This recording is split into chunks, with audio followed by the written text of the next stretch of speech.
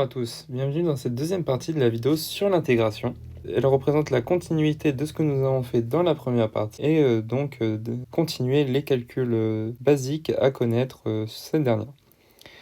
Donc on va commencer par une formule à savoir qui est f de x égale 1 sur x, la primitive étant ln de x. Donc pour celle-ci, je n'ai pas de méthode miracle pour la retenir.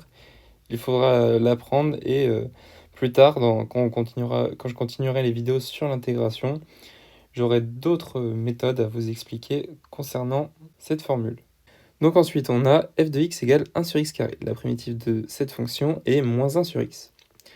Pour vous illustrer un autre cas dans lequel on va pouvoir utiliser cette primitive, on va calculer la primitive de la fonction f de x égale moins 1 sur x carré.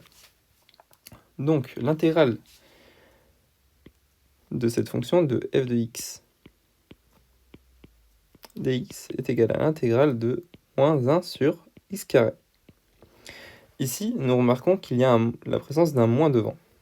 Celui-ci représente la multiplication d'une constante par 1 sur x carré, c'est-à-dire moins 1 fois 1 sur x carré. Représentant une constante par linéarisation, nous pouvons faire moins 1 fois l'intégrale de 1 sur x carré. En utilisant la propriété vue au-dessus, nous avons donc moins 1 fois la primitive de 1 sur x carré. Celle-ci étant moins 1 sur x. Ainsi, très simplement, nous avons moins 1 fois moins 1 sur x, qui est égal à 1 sur x. Donc voilà, j'espère que ça vous a bien expliqué le principe d'utilisation de cette formule. Nous avons ensuite f de x égale 1 sur x puissance n. Alors, quand on a une variable avec un exposant au dénominateur, pour la passer au numérateur, nous devons reprendre cette variable avec l'exposant, mais celui-ci sera négatif au numérateur. C'est pour cela qu'on a x puissance moins n. Pour calculer donc la primitive de, par exemple, x puissance moins n, on va reprendre la formule qu'on a vue dans la première partie de l'intégration, c'est-à-dire que nous, dans la première vidéo, nous avons x puissance n. La primitive de x puissance n, c'est x puissance n plus 1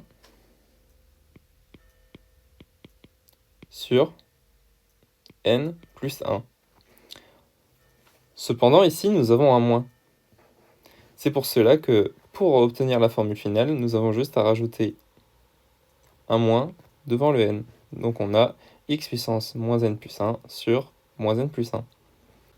Comme utilisé précédemment, la technique d'avoir un exposant négatif au numérateur va pouvoir nous servir pour déterminer la formule ci présente.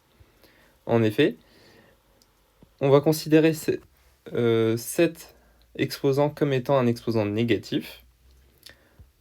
De ce fait, en étant négatif, on va passer la variable en multiplication en dessous, avec ce qu'on a déjà au dénominateur. Ainsi, on va multiplier x puissance moins n plus 1.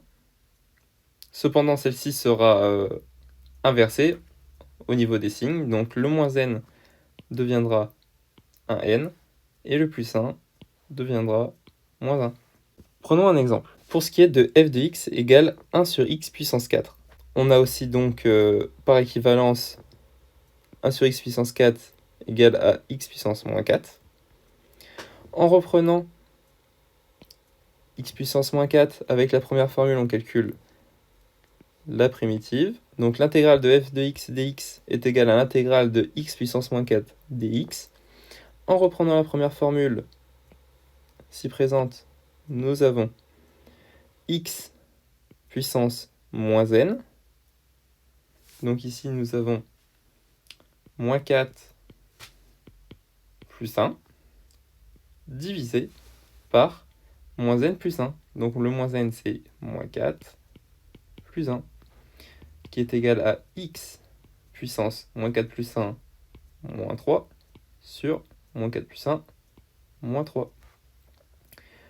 on peut simplifier. Donc on passe le moins du dénominateur au numérateur, donc moins 1 sur 3 fois, on inverse l'exposant, donc x puissance 3.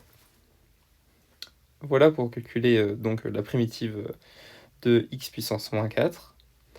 De même, en utilisant l'autre méthode, nous pouvons écrire 1 sur...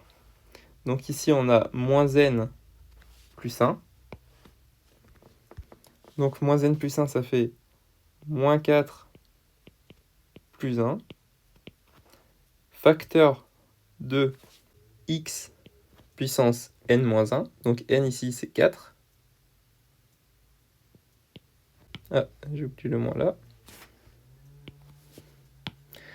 X puissance 4 moins 1. Donc c'est égal à 1 sur, on met le moins, 3 fois x puissance 4 moins 1, 3. Donc on retrouve le même résultat. Passons ensuite sur deux formules à connaître, qui sont f de x égale 1 sur 2 racine de x. La primitive de cette dernière est racine de x. Et pour ce qui est de l'intégrale d'une exponentielle, nous obtenons l'exponentielle. Donc celle-ci ne change pas en intégrant. Par exemple, pour calculer l'intégrale de f de x égale 3 exponentielle x, nous avons tout simplement grand f de x égale 3 exponentielle x. La constante multipliée ne changeant pas. On passe ensuite aux deux dernières intégrales à connaître. On a donc f de x égale sin x et f de x égale cos x. Donc l'intégrale de sin x, c'est moins cos x, et l'intégrale de cos x, c'est sin x. Donc j'ai une petite astuce pour mémoriser tout cela. Donc on va d'abord poser moins cos x, sin x, cos x et moins sin x. Si vous arrivez à positionner déjà ces quatre fonctions, vous allez pouvoir connaître leurs intégrations et leurs dérivations. C'est-à-dire que si, par exemple, vous prenez moins cos x, si vous le dérivez, vous allez d'un étage en dessous, en suivant la flèche, et vous avez sin x. Pareil, si vous voulez dériver sin x, vous avez cos x. Et pour l'intégration, c'est pareil, mais dans l'autre sens. Par exemple, on a f de x égale moins sin x. La primitive de f de x est égale à l'intégrale de moins sin x dx. On regarde, on a moins sin x ici. On veut l'intégrer, donc on suit la flèche, on remonte, et on a l'intégrale de moins sin x dx est égale à cos x. Donc voilà, j'espère que cette petite astuce vous sera utile et que toute ma vidéo vous aura appris des choses et vous aura permis de mieux comprendre et de mieux appréhender toutes ces formules. Je vous remercie, passez une bonne journée, au revoir.